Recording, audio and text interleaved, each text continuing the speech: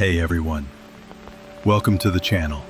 Today, we're diving into something real, something heavy. We're talking about the good guy, the loyal one, the one who gave everything and still ended up broken.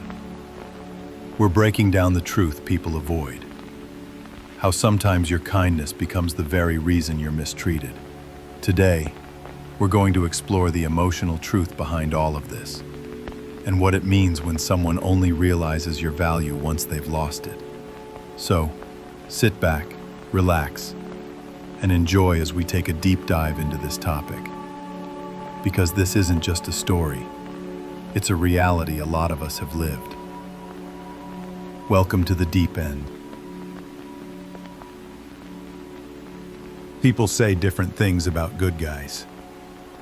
Women love to say they want a good guy, while men say good guys finish last. And everyone has their own reasons for saying this, but the truth? It's because we play fair in a world that rewards manipulation. We speak truth in a world where lies sound prettier.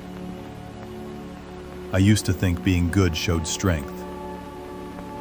Now I understand it just made us a target that only becomes appealing after the damage is done. After the chaos, after the heartbreaks, after the mistakes they swore were lessons. Now they say they're ready for someone loyal, honest, real. But it's always after the thrill burns out, after the ones who kept them guessing, after loving the ones who fed their chaos. And when their bad decisions collapse and the dust finally settles, they then run looking for you, the good guy. Not for passion, but for peace. Not for love, but for recovery. Because somehow we're their emotional rehab, a recovery program for their bad decisions, a soft place to crash when the storm they created finally breaks them. We listen to countless stories about the men who hurt them, the so-called narcissists. But that's the reward. You're the peace they turn to once they've had their fill of war. By the time they choose us, they aren't looking for a partner, they're looking for shelter, a place to hide. We're the stability they ignored when they had options, the quiet they mistook for boredom. And it's not bitterness, it's exhaustion, because it feels less like being chosen and more like being assigned. It's as if life decided you're good at maintenance. You'll be the one to fix what others broke, patch what you didn't damage, and be the calm after every storm. So we do what good guys always do. We try to love her right. We try to fix her, try to love her past her pain. Prove that not everyone leaves. We carry her insecurities like they're our own, even when she swears she's done with her past, yet leaves the door cracked for the ones who broke her. The messages, the late-night calls, still feeding the ghosts we were trying to replace. We give trust to someone who hadn't earned it. Believe promises that come with exit plans. And because we see potential instead of the truth. We overlook the inconsistencies, the cold replies, the nights she goes silent and calls it space. And when the lies surface, we don't rage, we go quiet. Because deep down we already know we just don't want to believe love can be this cruel. And still, even then we try to fix her. Try to understand the damage. To love her past the betrayal. To prove we are different. But all we prove is that she can be loved even while destroying someone else. That's the irony. The good guy gets used as the redemption arc. The safe place where she learns how to feel forgiven. even while she's still doing the same things that broke her. And when it's finally over, she doesn't thank you for trying. She'll blame you for not being enough to quiet the noise inside her. She won't remember the loyalty, the effort, the patience. She'll only remember how you made her feel seen, and she'll take that feeling and give it to someone else while you're still wondering why being good always ends up feeling like punishment. But that's when we learn being the good guy isn't always noble. Sometimes it's just another way to self-destruct in slow motion. But to learn from this, we must also be honest with ourselves. We never say it out loud, but deep down, maybe we weren't just being good, maybe we were trying to be owed. Every time we stayed when we should have walked, every time we forgave what cut too deep, we were secretly keeping score. We wanted our effort to mean something, our loyalty to count, our patience to finally be the reason someone stayed. Because we don't just want to be loved, we want to be chosen for how we loved. We want someone to look at everything we gave and say, "You deserve this back." And maybe that's where we went wrong. We thought being good was a currency, that love was a transaction, that if we kept showing up, kept proving we were different, eventually the world would balance the scale. But it doesn't. Because love doesn't work like math, it works like gravity. You can pour your whole heart into someone and still watch them drift towards something that hurts them. And here's the part we don't like to admit sometimes. It wasn't even about her. Sometimes it was about proving to ourselves that being good still matters in a world that rewards pretending. That all this heart, all this honesty wasn't wasted potential. But when the dust settles, when she's gone and the silence hits, we're left with a truth that burns deeper than heartbreak. We weren't just trying to love her. We were trying to earn our worth through her. And that wasn't love. It was desperation dressed as devotion. And that truth stings more than being left.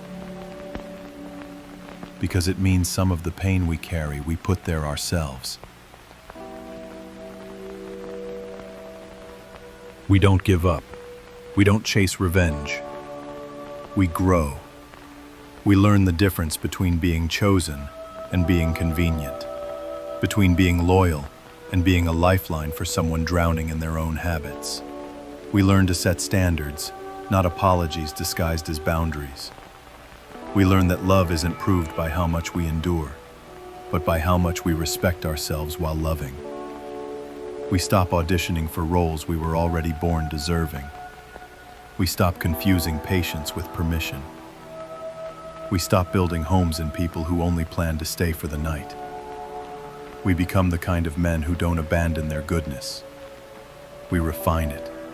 We sharpen it. We protect it. Not everyone earns access to a heart like ours. Not everyone deserves to be loved with the depth we carry so effortlessly. So we don't harden. We evolve. We don't close the door. We guard the entrance. We don't stop loving. We start requiring love in return.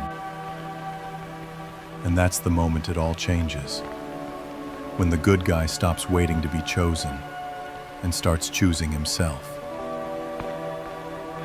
Because finishing last isn't our fate. It was just the wrong finish line. Now we're running our own race. Now we're winning on our own terms.